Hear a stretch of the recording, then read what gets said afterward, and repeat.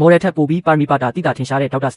Strange တောင်မလုံနိုင်ပဲဝမ်ဝမ်ကဘာလို့စိတ်ဆွမ်းအားသက်သက်နဲ့တင်ပေါ်တယ်ဝင်ပေါက်ထွက်ပေါက်တွေကိုဖွင့်နိုင်ရတာလဲစက်ဝိုင်းပုံစံလက်ဟန်ချေဟန်ပြုလုပ်ပေးဖို့တော့မလိုဘူး Strange တယောက်အလုပ်တင်ဘဝမှာတင်ပေါ်တဲ့တခုဖွင့်ဖို့ဆိုတာ Sling Ring တခုလည်းရှိုံနဲ့မရဘူးဆိုပြီး Asian One SN1 ကရှင်းပြခဲ့ဘူးလေတိကျတဲ့စက်ဝိုင်းပုံလှုပ်ရှားမှုတွေလိုအပ်တယ်လေ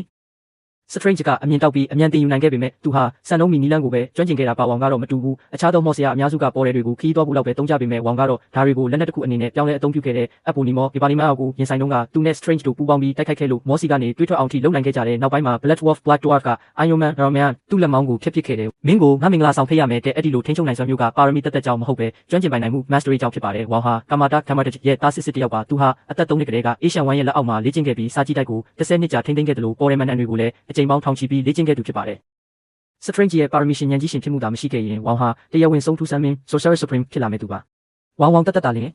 ဆုံးထူးဆန်းမင်းလှုပ်ဝက်ဆန်းကျဲအတက်ပညာရများဤဆရာသခင်ကာမာတောက်ဤခေါင်းဆောင်နဲ့စာကြည့်တိုက်မှုဟောင်းဖြစ်ပေတော့သည်